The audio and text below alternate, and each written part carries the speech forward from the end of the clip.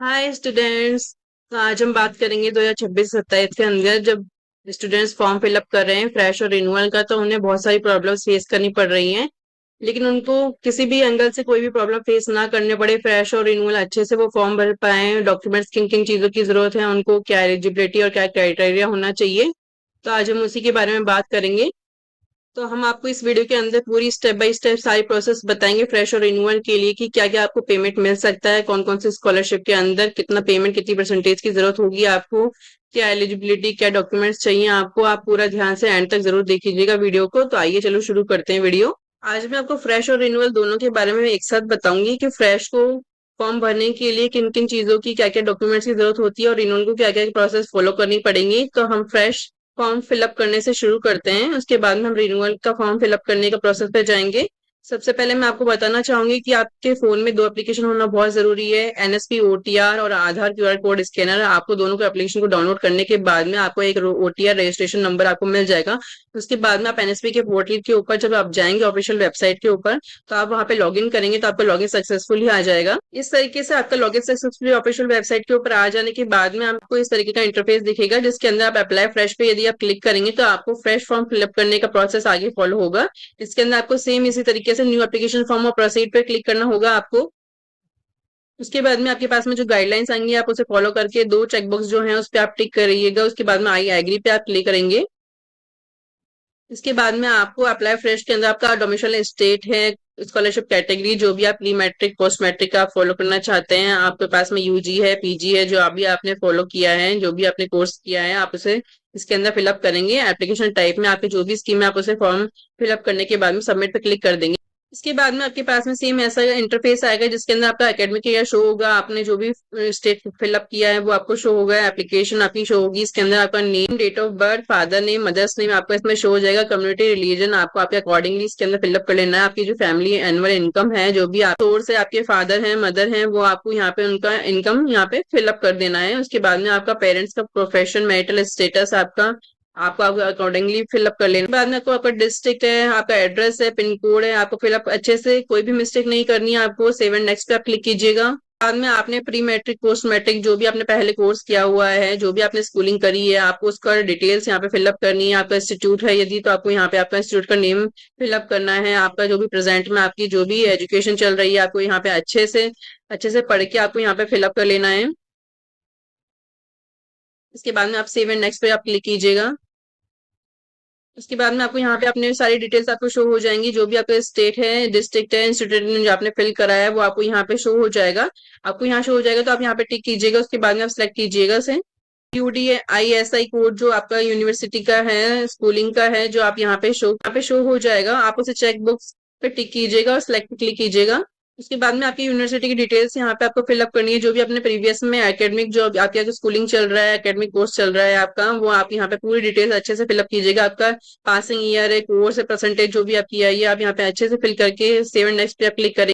उसके बाद में यदि आपके पास में 10th में आप पास हो गए हैं, आपका 10th का रोल नंबर है, आपको बोर्ड नेम है, पासिंग ईयर्स, परसेंटेज, वो आपको यहाँ पे अच्छे से फिलअप कर देनी है यदि आप 12th के लिए फिलअप कर रहे हैं तो फॉर्म को। बाद में यदि आपके पास में 12th का भी आप पास हो गए हैं आप उसके अंदर, तो 12th का आपको डिटेल्स यहाँ पे अच्छे से same as it is 10th की जैसे आपको यहाँ पे फिलअप कर लेनी है। सेव एंड नेक्स्ट पे आप क्लिक कीजिएगा। कॉम्पिटिटिव एग्जाम की तैयारी कर रहे हैं तो आप यहाँ पे फिलअप करेंगे उसे पूरे अच्छे से। उसके बाद में आपके पास में ऐसा वाला प्लेटफॉर्म आ गया है, जिसके अंदर आप कंटिन्यू पे क्लिक करेंगे। इसके बाद में आपके पास में ऐसी स्कीम डिटेल्स का एक चेकबॉक्स आएगा, जिसमें जो भी आपने स्कीम डिटेल्स आपने फिलअप करी है आपको उस पे चेकबॉक्स पे टिक कर देना है। उसके बाद में सेव एंड नेक्स्ट पे जरूर क्लिक कीजिएगा।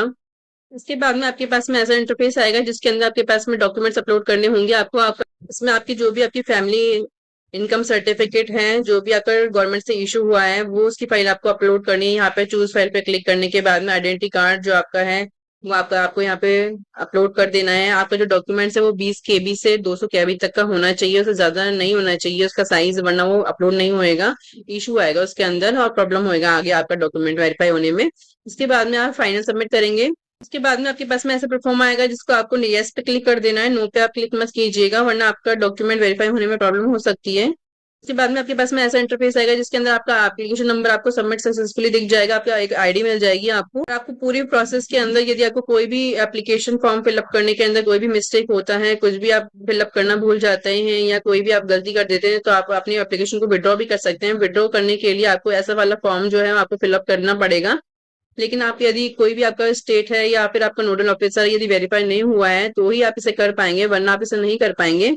इसलिए आप पहले ही अच्छे से चेक कर लीजिएगा। और यदि आपको फिर भी आपको विड्रॉ करना है तो आप अपने एप्लीकेशन आईडी, अपना नेम और यहाँ पे विड्रॉ रिमार्क जो है आपका जो भी रीजन है आप यहाँ पे फिलअप करने के बाद में आप इसे विड्रॉ कर सकते हैं। यदि आपको फिर भी कोई इशू आता है तो आप जो हेल्पलाइन डेस्क है एनएसबी के पोर्टल की, आप इस पे कॉल कर सकते हैं। आप इस पे इसकी टाइमिंग के अकॉर्डिंग आप इस पे बात कर सकते हैं, अपना प्रॉब्लम सॉल्व कर सकते हैं। तो आप हम इसके बाद में बात करेंगे रिन्यूअल फॉर्म कैसे फिलअप करना है, क्या प्रोसेस है उसकी, वो हम आपको बताते हैं। रिन्यूअल फॉर्म भरने के लिए आपके पास में ऐसा वाला इंटरफेस आएगा जिसके अंदर आपको यहाँ माई एप्लीकेशन के अंदर यहाँ पे आपको रिन्यूअल शो होगा।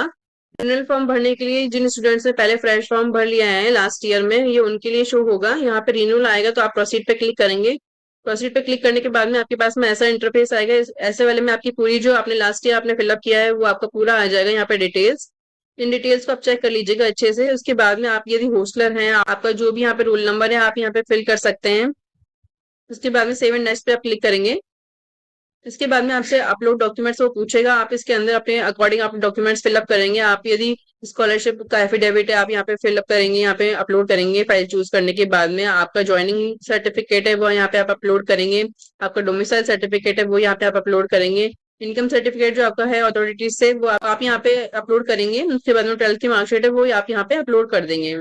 इसके बाद में मैं आपको बताऊंगी कि आपको फ्रेश और रिन्यूअल फॉर्म भरने के लिए जिन डॉक्यूमेंट्स को आपको वेरीफाई करवाना है, जो तैयार रखने आपको डॉक्यूमेंट्स, वो किन किन डॉक्यूमेंट्स की आपको जरूरत पड़ने वाली है। आप उन डॉक्यूमेंट्स को अच्छे से चेक कर लीजिएगा और अच्छे से आप उन्हें तैयार रखिए। उसके बाद ही आप फॉर्म फिलअप कर पाएंगे, वरना आपको प्रॉब्लम्स फेस करना पड़ सकता है।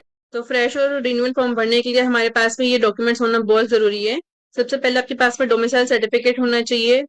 आपके पास में आपकी फोटोग्राफ होनी चाहिए अपलोड करने के लिए। इंस्टीट्यूट का वेरिफिकेशन फॉर्म होना चाहिए। उसके बाद में आपके पास में सेल्फ डिक्लेरेशन इनकम सर्टिफिकेट होना चाहिए। उसके बाद में आपके पास में यदि आप माइनर हैं, स्टूडेंट सर्टिफिकेट होना चाहिए। आपके पास में सेल्फ अटेस्टेड सर्टिफिकेट होना चाहिए प्रीवियस एकेडमिक मार्कशीट का। उसके बाद में जो लास्ट ईयर है आपका उसकी फीस रिसिप्ट होनी चाहिए। उसके बाद आपके नाम का आपका बैंक अकाउंट होना चाहिए, उसका प्रूफ होना चाहिए अपलोड करने के लिए आपके पास में। उसके बाद में आपका जो आधार कार्ड है स्कैन के अकॉर्डिंग होना चाहिए ताकि आप अपलोड कर सकें। आपके पास में ये सभी डॉक्यूमेंट्स होने चाहिए अपलोड करने के लिए। उसके बाद ही आप अच्छे से फॉर्म फिलअप कर पाएंगे और आपका फॉर्म है वो आपका रिजेक्ट नहीं होगा। उसके बाद में मैं आपको बताना चाहूंगी, सबसे पहले आपको जो फ्रेश और रिन्यूअल फॉर्म आप फिलअप करेंगे तो आपको रिन्यूअल फॉर्म भरने के लिए आपको जो लास्ट ईयर है उसके अंदर आपको मिनिमम परसेंटेज 50% होना जरूरी है। आपकी परसेंटेज और आपकी मार्कशीट के अंदर आपका कोई भी सब्जेक्ट है उसमें बैक नहीं लगनी चाहिए, वो पूरा क्लियर हो जाना चाहिए। और परसेंटेज जो आपकी है वो 50% होनी चाहिए आपका, तभी आपका हर लेवल के ऊपर वो आपका जो फॉर्म है वो वेरीफाई हो पाएगा। डिस्ट्रिक्ट लेवल पे अच्छे से वो वेरीफाई हो पाएगा, वरना वो हो सकता है कि रिजेक्ट भी हो जाए। तो हम बात करते हैं पेमेंट की कि आपको स्कॉलरशिप के अंदर पेमेंट किस किस अकॉर्डिंग मिलेगा। यदि आप फ्रेश अप्लाई कर रहे हैं, रिन्यूअल अप्लाई कर रहे हैं तो आपको कितना पेमेंट मिल सकता है। तो सबसे पहले हम बात करेंगे सीएसएस स्कॉलरशिप के लिए। यदि आप अंडर ग्रेजुएट हैं तो आपको 12,000 तक का पेमेंट मिल सकता है। और यदि आप सीएसएस के अंदर पीजी हैं तो आपको 20,000 तक का पेमेंट मिल जाएगा। इसके बाद में हम बात करेंगे ईशानोदय स्कॉलरशिप के लिए। उसके अंदर आपको 80,000 रुपए तक का स्कॉलरशिप मिल सकता है। इसके बाद में एनएसपी जो है उसके अंदर यूजीसी के अंदर यदि आप पीजी का अप्लाई कर रहे हैं तो आपको 1 लाख तक का सालाना अमाउंट मिल सकता है स्कॉलरशिप के लिए। इसके बाद में यदि आप डिसेबल हैं तो आप प्री मैट्रिक या पोस्ट मैट्रिक उसके अकॉर्डिंग यदि आप देखना चाहते हैं तो आपको 12,000 से 50,000 तक का अमाउंट मिल सकता है, और वो आपके अकॉर्डिंग परसेंटेज बेस पे होगा।